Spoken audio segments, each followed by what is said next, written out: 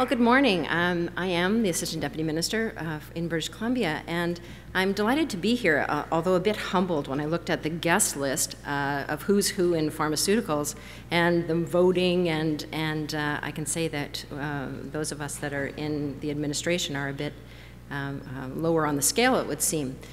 So I am absolutely interested, way more interested obviously in the other speakers than what I have to say, but it is an opportunity for us to talk very quickly. Steve said that he wanted us from British Columbia, wanted me to come and talk about BC Pharmacare, and it's a huge program. So I'm going to start by the clicker. Basically, a quick overview, a very quick overview. There's a lot of slides in this deck, and I'm not going to go through them. I didn't follow the rules with slides with not very much information on them. They're basically for your information and to set the context, really, for some of the observations, I would say, going forward. So, as you know, the BC Pharmacare program is primarily a publicly funded drug insurance program at this point. We pay for prescription drugs and designated medical supplies for eligible British Columbians. The interesting part for me is that in 2011-12, we had 820,000 beneficiaries. You know, we spent $1 billion on 30 million claims. So our budget is just over $1.1 billion. And I think the interesting part, again, is that this does not include oncology drugs with the BC Cancer Agency or the hospital drugs. So really, this is less than 20% of our population. So $1.1 billion for 800,000 people. So a lot of what Marc-Andre had to say really does resonate with us around sustainability and the ability to continue with those kinds of numbers. This is just a high-level kind of expenditure pie chart. Plan I is Fair Pharmacare, and Plan C, the other big piece of the pie, is people on income assistance, BC income assistance. Just shows you where the spending actually occurs. Fair Pharmacare, as you know, is income tested. So families pay 100% of costs until they reach their annual deductible, at which time Pharmacare begins paying 70%. And the beneficiary, the other 30% as a co-payment. All families are obviously encouraged to register, and as of January 1st this year, 1.2 million families are registered under the plan. We have a number of other Pharmacare plans that actually don't get as much coverage, I don't think, as Fair Pharmacare. There are 10 plans altogether, and the majority of these plans are actually 100% covered with no co-payments.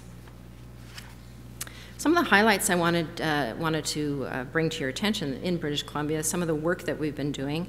We have a new Pharmaceutical Services Act for the first time. We have a $1.1 billion budget that was operating off the back of another piece of health legislation. So that was proclaimed in May of 2012. We have new pricing regulations that are specific to generic drugs. We've been working on an EDRD framework. I'll talk more about that later. And we've been kind of on a continuous improvement in our drug review process. Lots of outreach with things like bugs, do bugs need drugs? And we have a very, I would say, a very excellent provincial academic detailing program that reaches out to physicians, the people who are actually writing the prescriptions. We're in the midst of a PharmaNet modernization project, and this will include e-prescribing. The next slide basically talks about expenditures. Again, the interesting part of this goes from 07, 08 to this past fiscal year.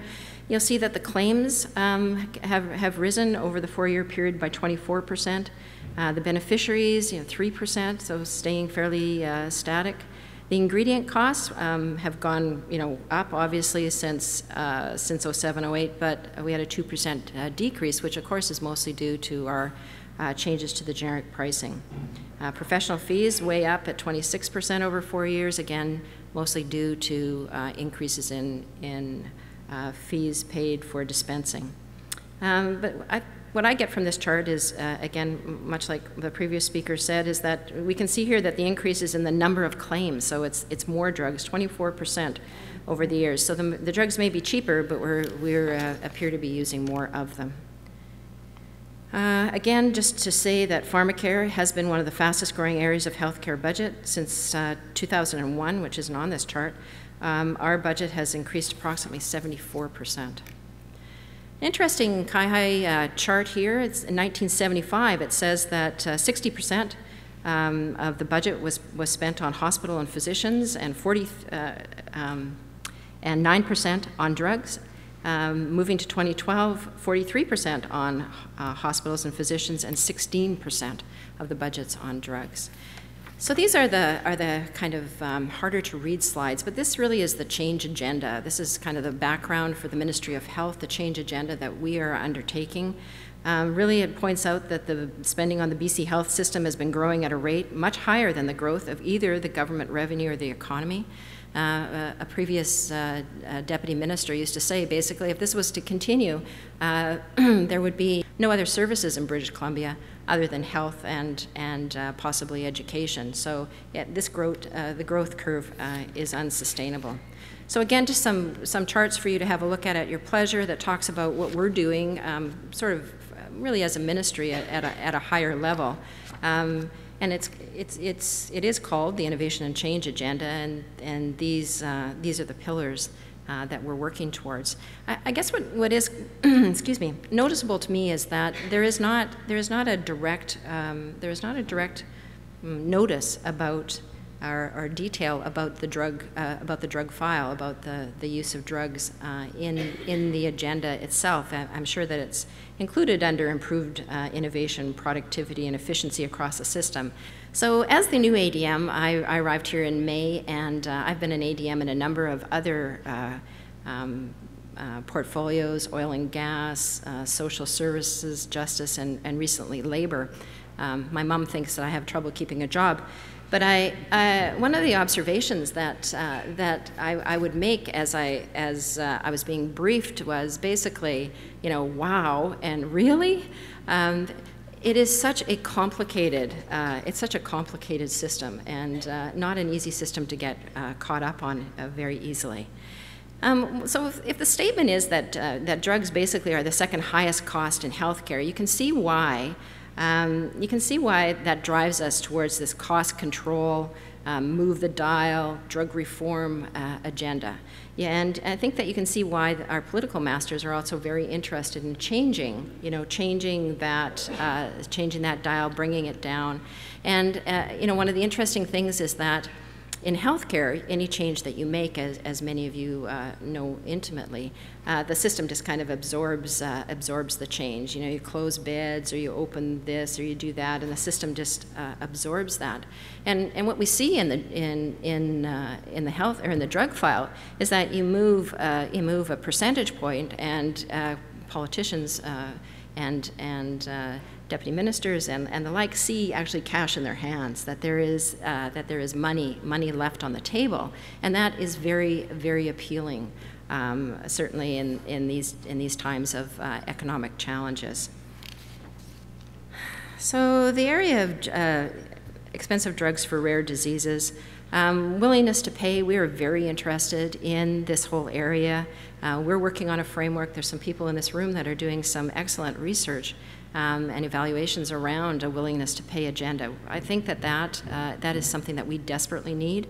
I think too that newest, what's coming down the pipe? What is it that those new drugs, new technologies, et cetera, what is that going to mean for us as a taxpayer and as a publicly funded organization? Are we ready? I would agree that we are far from ready for this and what this means for us, and the decisions that we are going to have to make. I very much agree with you that without a strong Canadian drug review process that's well funded, looking at drugs that we actually need, not just incremental costs or incremental change, making sure that we are able to actually fund the drugs that make a difference to the outcomes. So moving very much from I would say, from a cost-driven model to an outcome,